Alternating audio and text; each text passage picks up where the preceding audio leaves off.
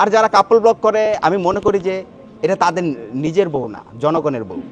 আপনি কি কখনো দেখেছেন আমি কাপল ব্লগ মেক করেছি বা আমি বিবাহিত?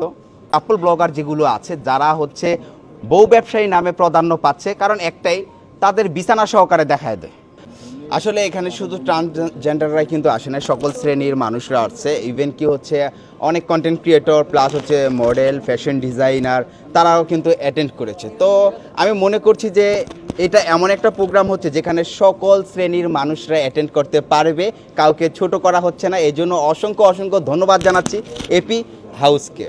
কারণ অন্যান্য দেশের ভিতরে দেখেন যে কলেজের প্রফেসর ট্রান্সজেন্ডার, তারপর হচ্ছে বিভিন্ন ধরনের হচ্ছে প্ল্যাটফর্মগুলো তারা কিন্তু অলরেডি কিন্তু নিয়ে নিতেছে। তো আমি এটাতে খুব খুশি হয়েছি, অ্যাপ্রিসিয়েট জানাই তাদেরকে। আর আমাদের দেশের সরকার যে আছে আর যে দায়িত্ব পালন করছে, তারা কিন্তু হচ্ছে যারা ট্রান্সজেন্ডার তাদেরকে সর্বোচ্চ সুযোগ সুবিধা দেয়।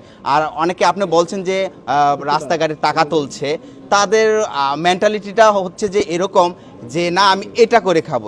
তাদের মনের ভিতরে এবং আত্মবিশ্বাস কনফিডেন্সের সাথে যদি কাজ করে যে না আমি এই কাজ রেখে আমি নিজেকে ডেভেলপ করব, তাহলে আই হোপ প্রত্যেকটা শ্রেণীর মানুষ এবং এই শ্রেণীর মানুষগুলো অনেক উন্নত করবে এবং আমাদের দেশের বিভিন্ন স্থানে তারা পজিশন দখল করে নেবে। মোটেও না। কাপল ব্লগ কারা করে? যারা হচ্ছে বউ ব্যবসায়ী। এবং দেখেন এই যে এই ইনভাইটেশনে যদি কোনো ক্রিয়েটর আসে, সে যদি লাইক কাপল ব্লগ হয়, তার সাথে অবশ্যই আমি একটা কথা বলবো, বিকজ হচ্ছে আমরা একই প্ল্যাটফর্মে কাজ করি, তাই না? এখন আপনারা বলতেছেন যে সমাজ সমাজ মানে আমাদের থেকে কি শিখবে সমাজ, তাই না? সমাজের মানুষগুলো। মোটো আমি কাপল ব্লগ করি না, কিন্তু আমি এই প্রতিশ্রুতি দিলাম যখন যদি আমার বউ আর যারা কাপল ব্লগ করে আমি মনে করি যে এটা তাদের নিজের বউ না, জনগণের বউ।